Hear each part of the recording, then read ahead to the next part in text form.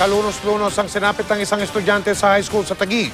Nang manghiram lamang sana siya ng sapatos na pamasok, patay siya nang kuyugin siya at saksakin ng 6 na lalaki. 3 sa mga sospek mga menor de edad. Walang malinaw na motibo kundi nakursunadahan lang daw ang kaawa-awang batang biktima. Nakatutok si Jay Saballi.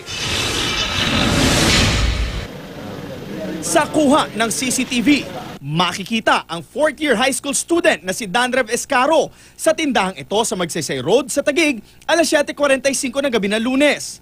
6 na lalaki na naglakad papalapit sa tindahan. Ang isa, tila may hinihila mula sa likod ng kanyang t-shirt. Nang makalapit ang 6, agad pinalibutan si Danrev at biglang sinuntok ng isa. Sinubukan pang manlaban ni Danrev habang tumatakbo palayo. Ngunit pagdating sa kanto, inabutan siya ng isang sospek at saka sinaksak sa leeg. Dito na nagsitaka sa mga sospek. Ang biktima nakalakad pa sa kabilang kanto para makahingi ng tulong. Nadala pa siya sa Taguig Pateros District Hospital pero idineklarang dead on arrival.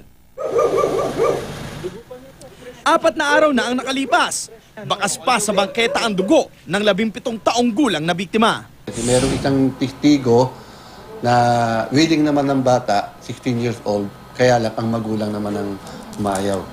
Pero may papel namin ng kaso. Kinilala ng pulis ang umano'y leader ng grupo na Albert Diaz alias Kalawit. Ang may dala ng baton at sumaksak sa biktima naman ay kinilala lamang sa pangalang Glenn. Isa pang kasama ay nakilala na rin bilang si Menandro Viñas Jr. Ang 3 pang sospek ay mga minor de edad.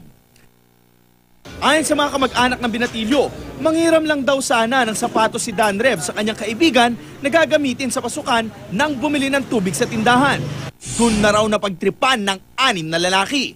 Pero ang masakit, nakikita pa raw ang ilan sa mga sospek sa nasabing lugar. Confirm po na nag-iikot-ikot pa rin po yung mga gumawa nun sa pamangking ko. Sana po mahuli na yung mga yun.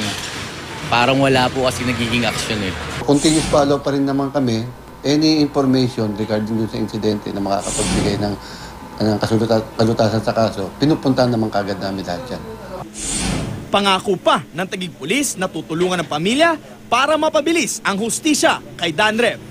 Jay Sabale, nakatutok 24 oras.